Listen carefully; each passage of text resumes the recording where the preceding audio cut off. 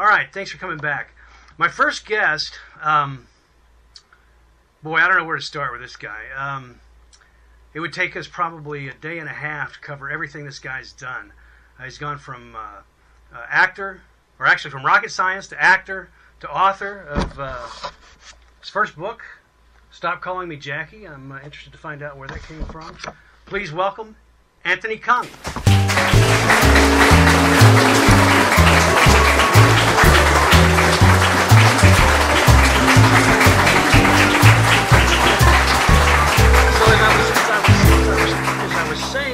When I was doing the introduction, a day and a half, right? A day and a half. I pulled your resume and looked at it, and wow! I mean, let's see, swimming. Okay. Yes. Dancing. Yes. Public speaking. You started out as a rocket scientist. I did. And then 3 years ago, you became an actor, and since then, you've been in what 15. I mean, you said it says 15 independent movies. 15, yeah. Yeah, but I looked at your resume. There's a lot. It seems like that list is a lot longer. It's deceiving. It's very deceiving. And 4 studio, and then you've been on TV, The Good Guys, and Chase. Mm-hmm. That's right. That's pretty remarkable for 3 years. Yeah, I think it's just one of those things where people keep telling you should do this and that, and I thought to myself, well, maybe there's something to it. And you never know until you try it. And once you try it, I suddenly, I mean, I wasn't going for some record number in 3 years. Well, no, It just, at the end of 3 years, by the time I was writing this book, I thought to myself, 30 plus commercials, 15 plus independent films, 4 Hollywood films. It's like, I think I'm on the track here. Yeah, no kidding. I've been doing this for, I don't know, since the 90s, and I don't have but like about a third of that on mine. Oh, wow. Nice going. That's all I can say is nice going. But what's interesting to me is you're from Hong Kong. Yeah, born and raised. You came to the States to go to USC as a freshman, and as a foreign student. Good. And you were going to do. I mean, you got into aerospace engineering. Right, aerospace engineering. Yeah. Now, to me, that's not like you got to USC and thought, "What am I going to do?" Yeah. Oh, maybe I'll do that. I knew what I wanted to do. Yeah. So with that in mind, where did you ever have a desire to be an actor, or did that just like come to you at some point in time? I did. Back in high school, well, in Hong Kong it was called secondary school because it was a British education system, and the secondary school goes from grade 7 to 13, and it was during that period where I would see my friends go on stage. And I thought to myself, I want to do that too. But you see, the thing was, this was a British school, so a lot of what they had on stage was Shakespeare plays. And back then my English wasn't that good, and I'm thinking, what are they talking about? I couldn't understand what you're saying. So believe me, Shakespeare has nothing to do with a language barrier. Okay. Well, I mean, so I figured even if I made the effort to get up there, I wouldn't even know what to say, let alone understanding it. Right. But it was ever since that time, ever since high school, ever since I was a teenager, I've always had this little desire to say, you know what, I want to go up there and perform. And so you did 3 years ago. I mean, I did. You just walked away from aerospace and just. I sure did. That's and your PhD, right? So. Well, yeah. That's remarkable. And so you've been acting for 3 years, and right now I guess you're doing your own movie. There's a Louisiana film prize. Film prize. Yeah. That just happened this weekend. As a matter of fact, what is it today? Yeah, it's just 3 days ago. Yeah. And we left Dallas at 6 o'clock in the morning, and then got to Shreveport, started filming at 11 a.m., filmed for the next 15 hours up to 2 a.m., and then drove back to Dallas, got back here at 6 a.m. So we did it in 24 hours. Wow. For the LA film prize. I don't drink coffee. No, I just stay awake. And so what happens, I mean, now that you've got that, how long is the movie going to be? It's a film short. Right. So the requirement of the contest is that it be 5 to 15 minutes. I think we have it at about 8. 8 minutes? Yeah, because I wrote the script and it was 8 pages, so roughly a minute a page, 8 minutes was. Okay. And then how do you win the 5,000 or 50,000? 50,000. They're gonna bring us down to the top 20. And then from that top 20, then that's when, you know, they'll have some of their reviews, but they'll have the public voting too. Right. It counts for half of the scores. Oh, is this going to be like an online thing where It will be when they get down to the top 20. And in order to get to the top 20, we have to submit our package a week from now. I see. So, fingers crossed. Wow. Yeah. So it's a quick deal. I mean, it's a quick turnaround. It's a quick turnaround. But everyone is so excited about it that, you know... Who else in it? Who's in it?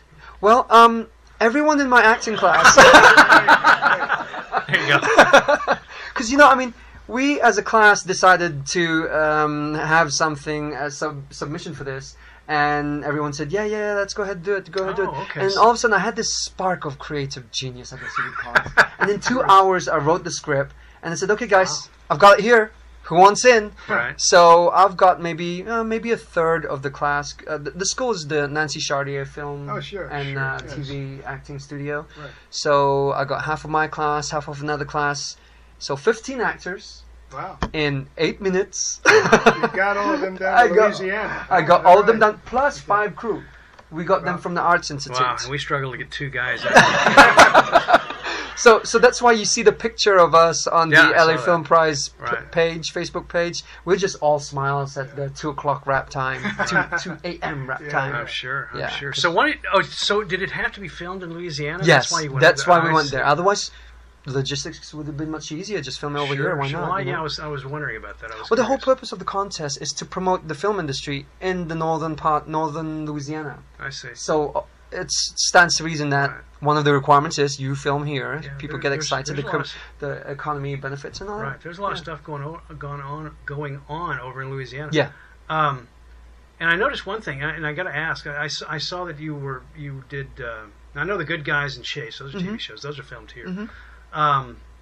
The Dawn of the Planet of the Apes. Yeah. And G.I. Joe. G.I. Joe Retaliation. Did you shoot that here? Did you go to California for that? No, went to New Orleans. New Orleans. Yeah. Oh, okay. That's what made me think of that. Let's see. G.I. Joe Retaliation was New Orleans. And so was Dawn of the Planet of the Apes. Oh. Battleship was in Baton Rouge, though. I see. Because they built a whole studio there.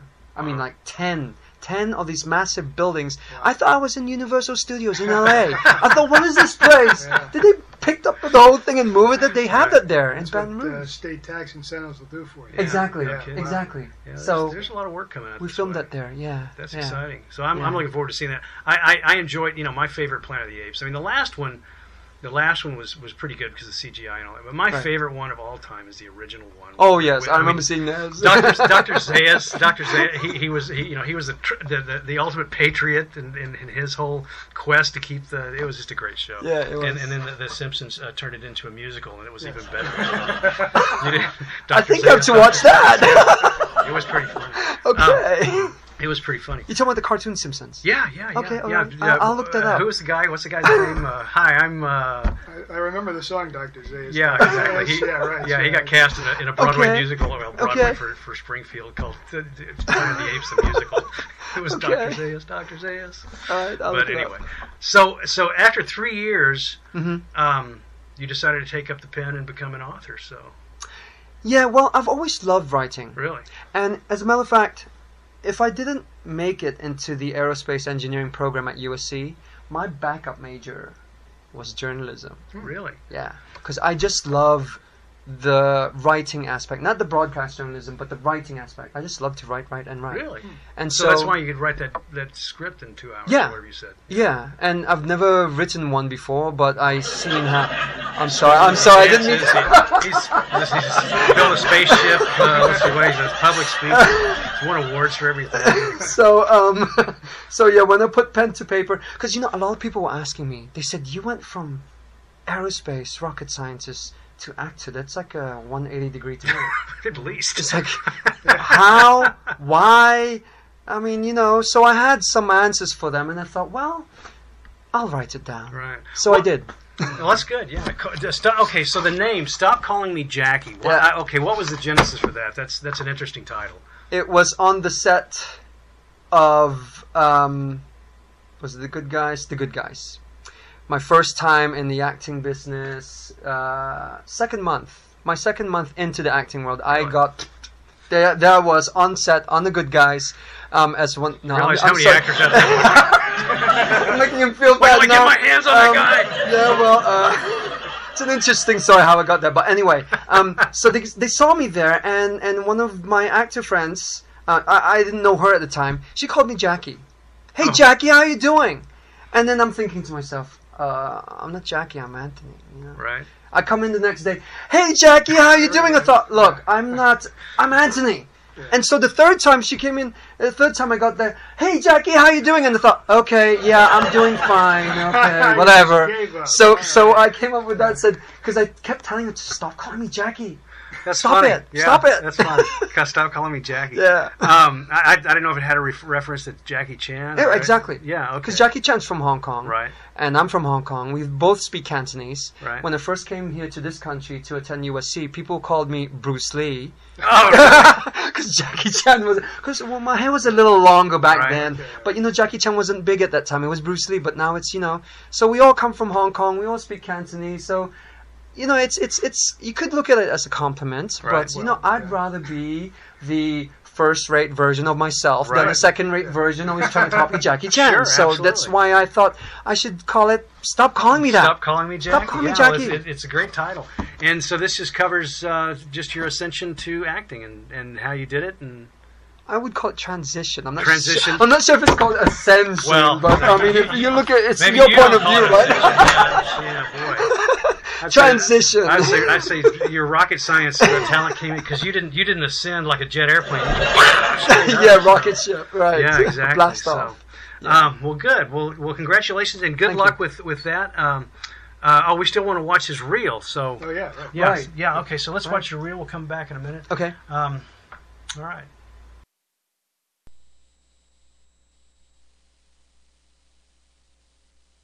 Cause broken arm of an attendee, broken nose and broken ribs of a security guard, and severe head trauma to James River after you slam his head into the wall. That's enough play!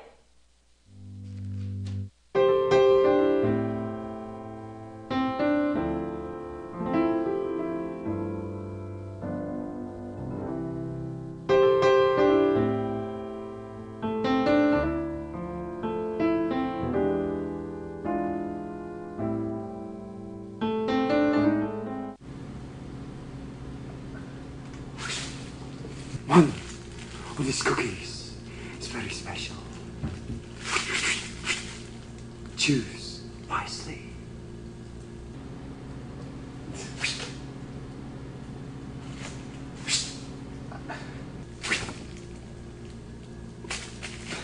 Oh, 你都講得唔錯，講得幾好啊。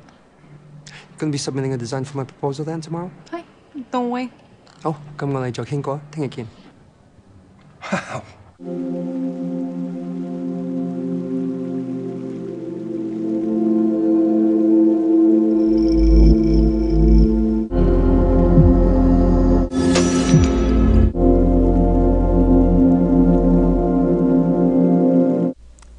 We got them where we want to now. This is a child's game, and these fools don't even recognize it. What do you mean? Well, look at the chart. Between myself and Lars, got Prince Niflheim ahead of Royal Blue. Between McGee and Lars, got the fishing fleet over Prince Niflheim. And between McGee and I, we've got Royal Blue over the fishing fleet. You recognize that? That's like rock, paper, scissors. We are ready here, Dr. Feckless.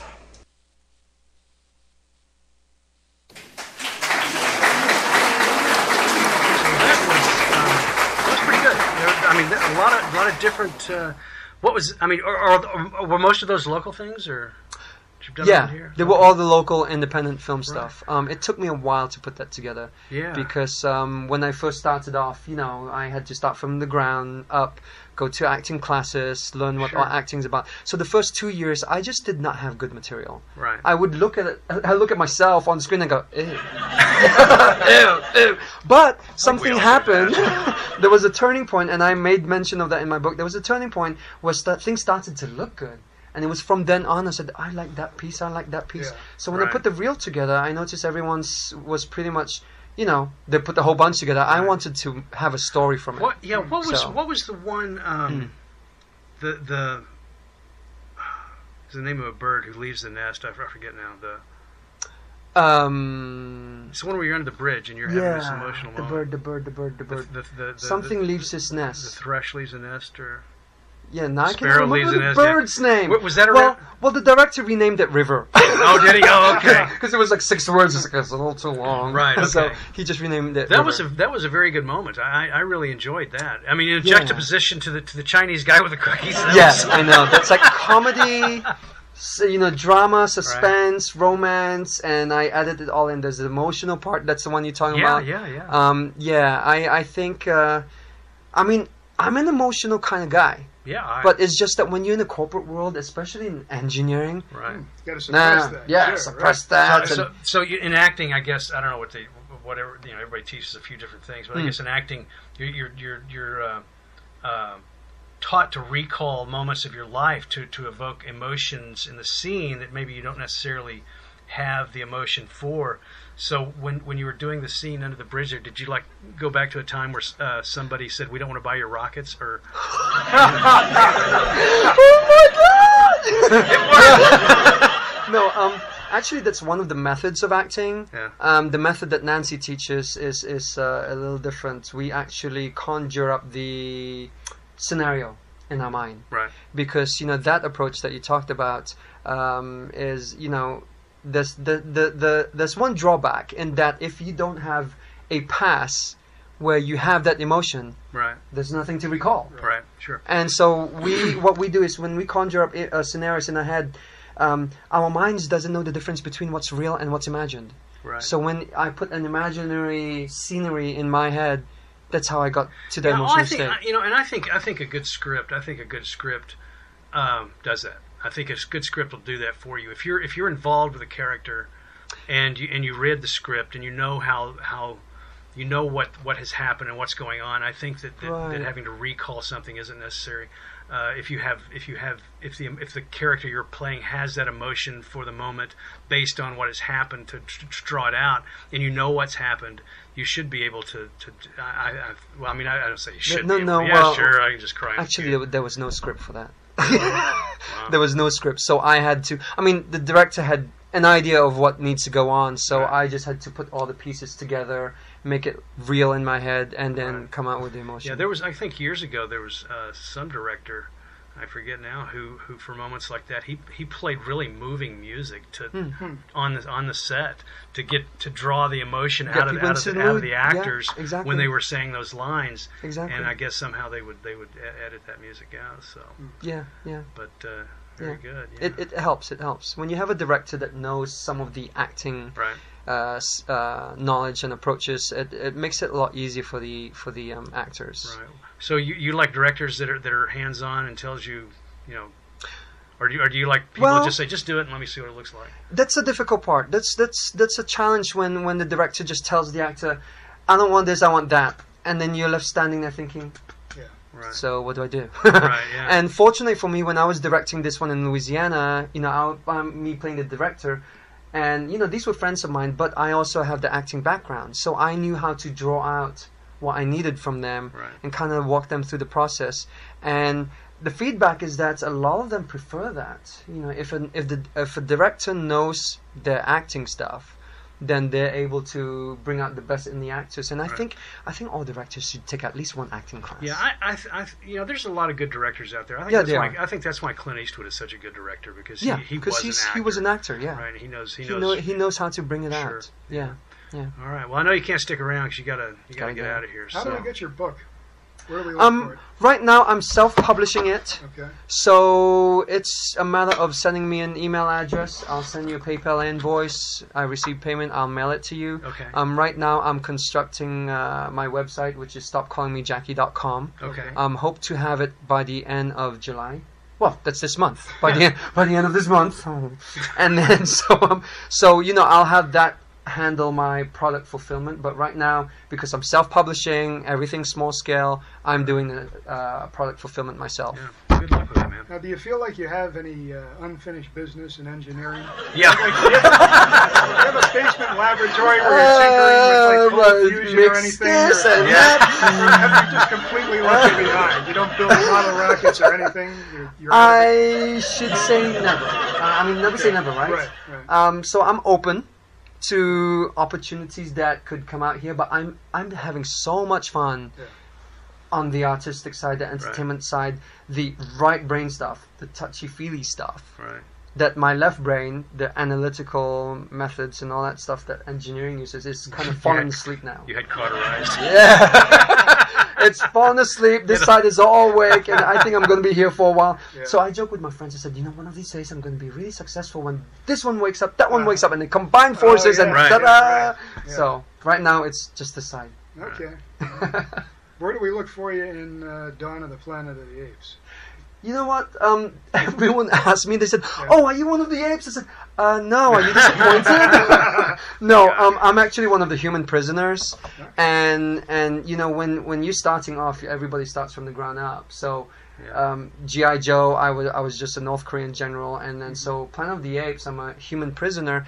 I don't know if they're gonna cut my clip out. So I'm sure that was. I'm not sure if I'm going to be in there. Yeah, I'm sure that was a lot of CGI. I mean, was there? There was CGI. Yeah. So okay. Yeah. So the apes, you see these white dots these actors were wearing, and then the computer will scan them and put the ape face on and everything else. Yeah. Welcome to the 21st century. Yeah, I know.